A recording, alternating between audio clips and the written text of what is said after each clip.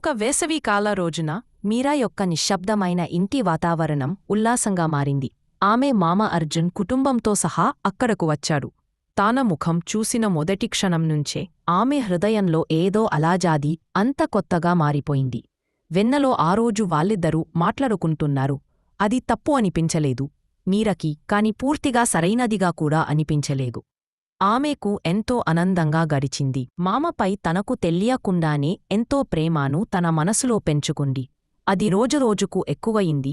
అర్జున్కు ఎస్ఎంఎస్లు, WhatsApp మెసేజులు చేసేది. అర్జున్ పట్టించుకునేవాడు కాదు. ఒకరోజు మీరా తమ్ముడు మీరా ఫోన్లో మెసేజ్లను చూసి వాళ్ళ నాన్నగారికి చెప్పాడు. ఆమె తండ్రి మీరాపై గదిలో కోపంగా అరిచాడు. ఇక దాచే అవకాశం లేదు. అర్జున్ నిశ్శబ్దంగా నిలబడ్డాడు. అతని భార్య షాక్లో నిల్చుంది. ఆ కుటుంబం ఒక్కసారిగా విడిపోయింది. ఆఖరిసారి వాళ్ళు తోటలోని చెట్టు దగ్గర కలిశారు. మీరా ఒంటరిగా ఒక చెట్టు కింద బెంచ్ మీద కూర్చొని ఏడుస్తుంది.